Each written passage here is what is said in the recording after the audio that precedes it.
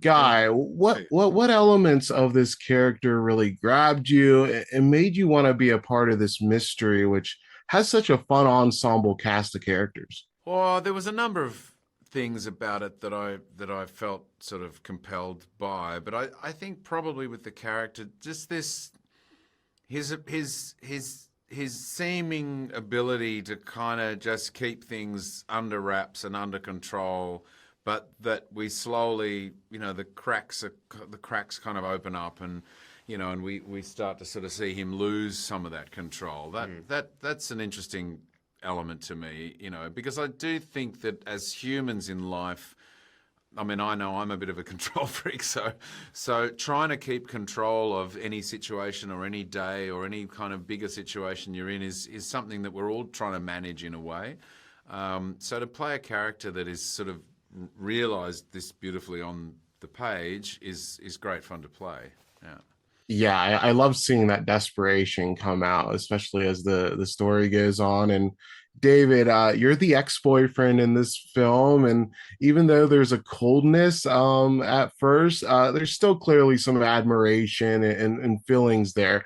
How is it establishing with Kira what their kind of rapport would be and that back and forth?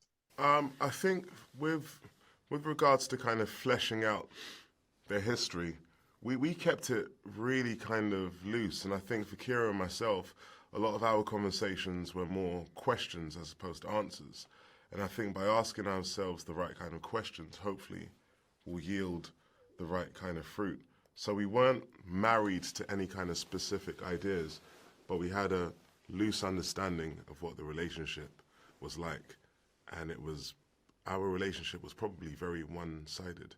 Our man Ben Morgan found it hard to fully commit and take accountability. I like that approach. That really worked for you too. And Guy, I was curious what you thought about what stood out about Kira as a scene partner because there's some intense scenes between you two, especially as the film goes on.